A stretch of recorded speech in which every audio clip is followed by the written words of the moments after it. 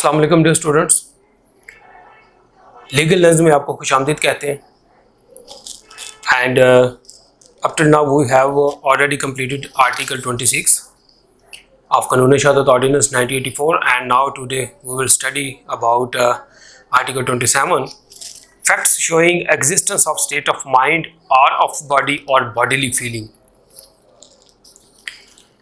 Facts showing the existence of any state of mind such as intention, knowledge, good faith, negligence, rashness, ill will or goodwill toward any particular person, are showing the existence of any state of body or bodily feeling are relevant. When the existence of any such state of mind or bodily feeling in issue are relevant. देखिए यहाँ पे state of mind की बात की गई है कि जब कोर्ट में जो क्वेश्चन इन इशू है या जो फैक्ट इन इशू है और रेलिवेंट फैक्ट है वो directly related to state of mind है या एनी स्टेट ऑफ बॉडी और बॉडीली फीलिंग है, राइट?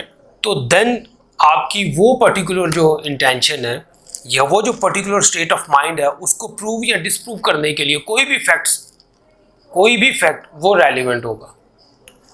अच्छा, कैसे होगा रेलिवेंट? अब देखिए यहाँ पे इंटेंशन की बात की गई है, नॉलेज की बात की गई है, good faith, negligence, rashness, ill will, goodwill. आप किसी के बारे में क्या सोचते हैं, अच्छा सोचते हैं, बुरा सोचते हैं, ये आपके स्टेट ऑफ माइंड को जो है वो डिक्लेयर करता है। अब क्वेश्चन ये है कि फॉर एग्जांपल देखिए, फॉर एग्जांपल आपकी किसी के बारे में सोच कैसी है, आप उसके बारे में अच्छा सोचते हैं, आपकी वो स्टेट ऑफ माइंड है। इसी तरह आपकी बॉडी है या बॉडीली स्टेट है, अगर वो इन क्वेश्चन है कि आपकी बॉडी का रिएक्शन क्या था, अगर वो इन क्वेश्चन है तो देन वो जो कंडीशन होगी या उसको जो प्रूव करेगी डिसप्रूव करेगी।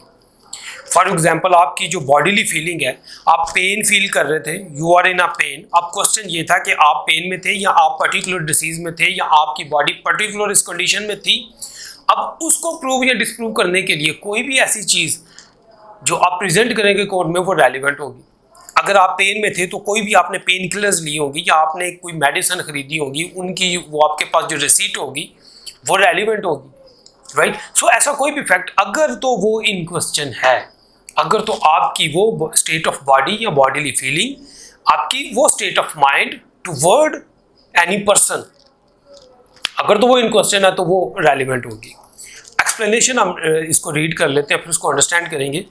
A fact relevant as showing the existence of a relevant state of mind must show that the state of mind exists not generally but in reference to the particular matter in question. अब for example यहाँ पे ये बताया जा रहा है कि जब आप स्टेट ऑफ माइंड की बात करेंगे या जब state of mind in question है तो आपने जनरल की तरफ नहीं जाना बल्कि आपने पर्टिकुलर जो है वो फैक्ट्स जो है ना वो आपने प्रेजेंट करना है। अच्छा, अब इसको अंडरस्टैंड करते हैं। जैसे फॉर एग्जांपल किसी कोई शख्स है तो उसकी किसी खातून के बारे में, राइट, कोई किसी खातून के बारे में वो उसकी बैड इंटेंशंस है। अब सेम क्वेश्चन है कोर्ट के पास कि जी इनकी फलां जो खातून है उसके बारे में इनकी इल विल थी या कोई बैड इंटेंशन थी।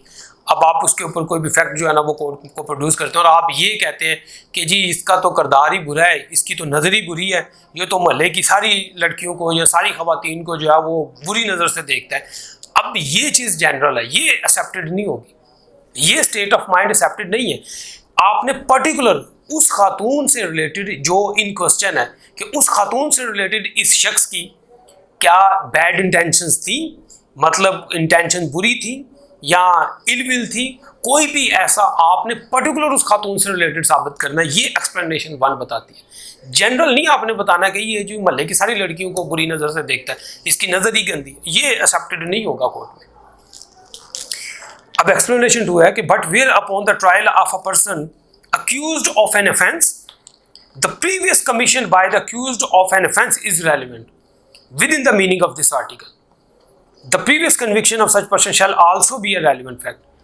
अब देखें, अब कोई भी ऐसी इंटेंशन या कोई भी ऐसा एक्ट विच इन क्वेश्चन है, अब उसको लेके उससे रिलेटेड, राइट, अगर कोई प्रीवियस कमीशन है तो वो भी रेलिवेंट होगा, अगर कोई प्रीवियस कन्विक्शन है तो वो भी रेलिवेंट होगी, राइट। फॉर एग्जांपल अगर अब क्योंकि यहाँ पे हम स्टेट ऑफ माइंड की बात कर रहे हैं तो इंटेंशन की बात करते हैं, तो अगर किसी ने प्रीवियसली कोई ऐसा एक्ट कमिट किया है, फॉर एग्जांपल ए ने बी को जो है वो मर्डर करने की पहले 2 दफ़ा कोशिश की है, अब वो जो उसकी 2 दफ़ा पहले की कोशिश है वो रेलिवेंट होगी, क्योंकि वो जो उसने 2 दफ़ा कोशिश किया वो उसकी इंटेंशन है, वो उसकी स्टेट ऑफ माइंड है कि ये शख्स फलां शख्स को मर्डर करना चाहता है and for that very purpose ये 2 दफ़ा ट्राई कर चुका है, ये 2 दफ़ा इसने कमीशन जो है वो करने की कोशिश की है।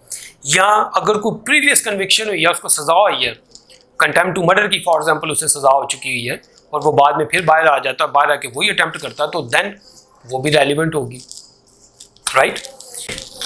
अब एलिस्ट्रेशन इसकी 16 है, काफ़ी ज़्यादा है, तो मैं स्किप कर रहा हूँ, बट आपने सारी एलिस्ट्रेशन जो है ना वो 1 बाय 1 पढ़नी है, क्योंकि एग्ज़ाम पॉइंट ऑफ व्यू से जो लॉ गेट के स्टूडेंट्स हैं उनके लिए कि ऐसा भी होता है कि पूरी की पूरी एलिस्ट्रेशन उठा के आपको दे दी जाती है, बट जो कॉन्सेप्ट है वो मैंने आपको क्लियर कर दिया कि जो स्टेट ऑफ माइंड है वो जनरल और पर्टिकुलर वो कैसे होगी, जब उसी से रिलेटेड क्वेश्चन होगा तो आपने वही पर्टिकुलर उसके ऊपर फैक्ट प्रोवाइड करना है, ठीक है। सो अब इजाज़त दीजिए, इंशाल्लाह नेक्स्ट हम आर्टिकल जो है वो 28 से आगाज़ करेंगे।